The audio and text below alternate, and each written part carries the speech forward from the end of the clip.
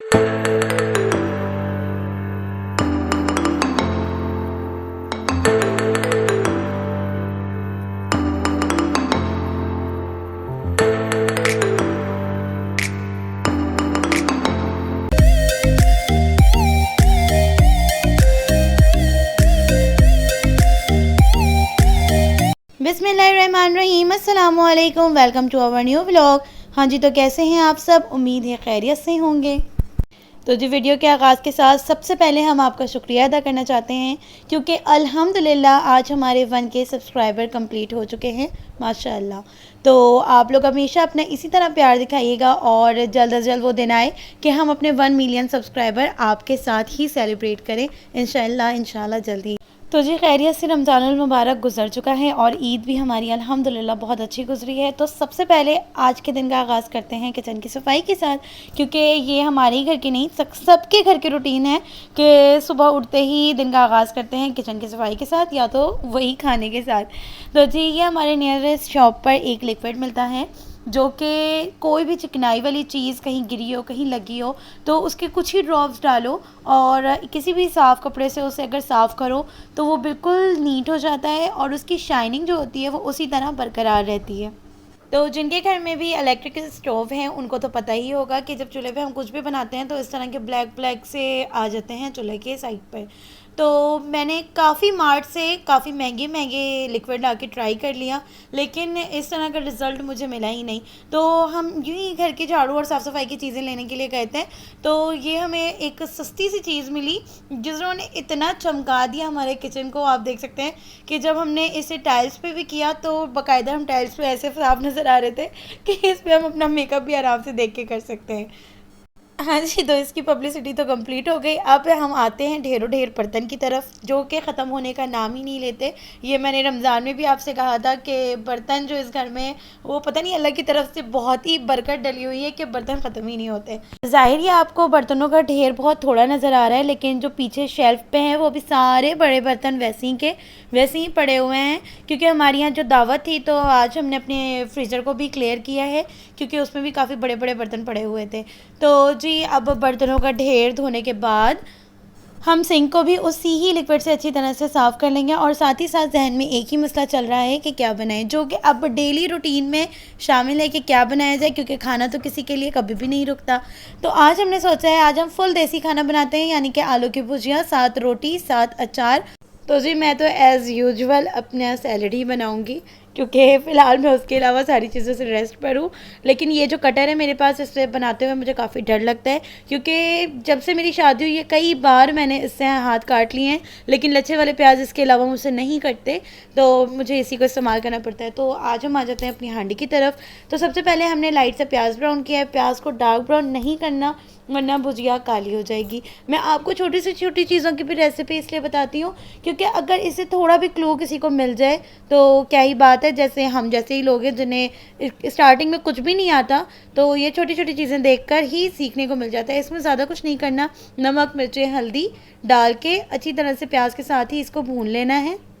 इसका कलर इसीलिए अच्छा लग रहा है क्योंकि हमने प्याज को बहुत ज़्यादा डार्क ब्राउन नहीं किया।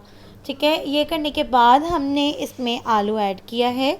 आलू ऐड करने के बाद एक साइड पे ही हमने ग्रीन वाली जो मिर्ची होती है उसे राउंड राउंड काट के और साथ ही धनिया को काट के साइड में रख दिया।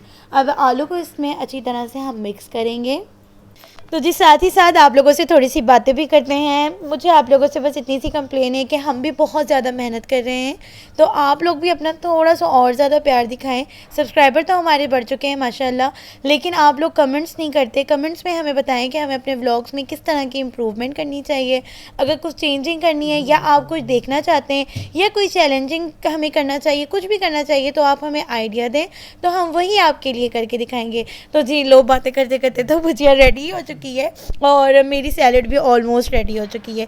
ये लोग सैलेड इस तरह से इतना मिक्स करके नहीं खाते, तो मैंने सिंपली थोड़ा सा खीरा और थोड़ा सा टमाटर और थोड़ा सा लच्छे वाले प्याज काट लिए हैं और मैं सोच रही हूँ इसकी डेकोरेशन में मैं ज़्यादा से ज़्यादा टाइम लगा दूँ ताकि इसके नेक्स्ट वाला जो प्रोसीजर है उसके लिए आप लोगों ने बिल्कुल भी दुआएं नहीं की कि मेरी रोटी सीधी हो जाए।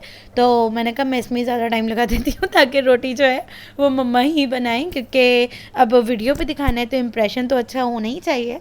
तो इसके लिए एक्सपर्ट उनको ही बुलाते हैं। तो मम्मा आ गई हैं फटाफट से रोटी बनाने के लिए। पता नहीं मम्मा हाथ से इतने बड़े और इतने अच्छे कैसे कर लेती हैं। मैं तो जब करूँ मेरे नेल्स इसमें फंस जाते हैं, ऐसा कुछ होता है कि रोटी भी इससे फट जाती है। तो मम्मा को मुझे लगता है कि मम्मा को काफ़ी पुराना तजुर्बा है, इसलिए मम्मा इतने अच्छे बनाती हैं। लेकिन मम्मा ने बताया कि जब मम्मा शादी करके आई थी तो माशाल्लाह ससुराल में बड़ी फैमिली थी, तो मम्मा तभी से ही इतनी एक्सपर्ट हैं, तो यानी कि मैके से ही इतनी एक्सपर्ट हैं। तो अल्लाह मेरी भी रोटी सीधी कर दे, आप लोग दुआ किया करें। तो जी गर्मा गर्म हमारा देसी खाना बिल्कुल तैयार हो चुका है, और ये दिखने में ही काफ़ी देसी लग रहा है क्योंकि अचार और भुजिया और सादी रोटी और सैलेड, इस तरह से सारी चीज़ें देसी ही खानों में होती है।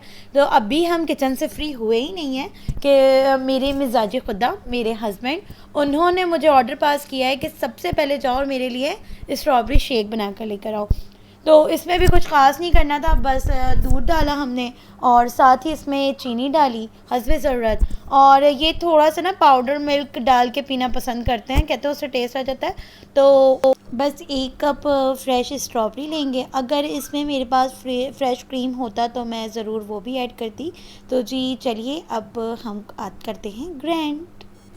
वैसे तो ये रात के खाने के बाद ही स्ट्रॉबेरी शेक पीते हैं, लेकिन आज पता नहीं इन्हें क्या हो गया, लेकिन मेरी सिक्स सेंस कह रही है कि जैसे ही इन्होंने देखा है कि बनी है भुजिया और चिकन वगैरह या शलजम वगैरह कुछ नहीं बना, तो इन्होंने सोचा कि आज इसी पर ही गुजारा किया जाए। समझते हैं कि मुझे समझ नहीं आती, लेकिन मुझे सारी चीज़ें समझ में आ जाती हैं। तो जी ये एक खूबसूरत से स्ट्रॉ के साथ हमारा स्ट्रॉबेरी शेक रेडी हो चुका है, और ये दिखने में इतना लजीज लग रहा है, लेकिन मैं डाइट पर हूँ अनफॉर्चुनेटली, तो ये काफ़ी ज़्यादा हैवी हो जाएगा, इसलिए मैं तो ये नहीं ले सकती। तो अब मैं इन्हें ये जा रही हूँ सर्व करने।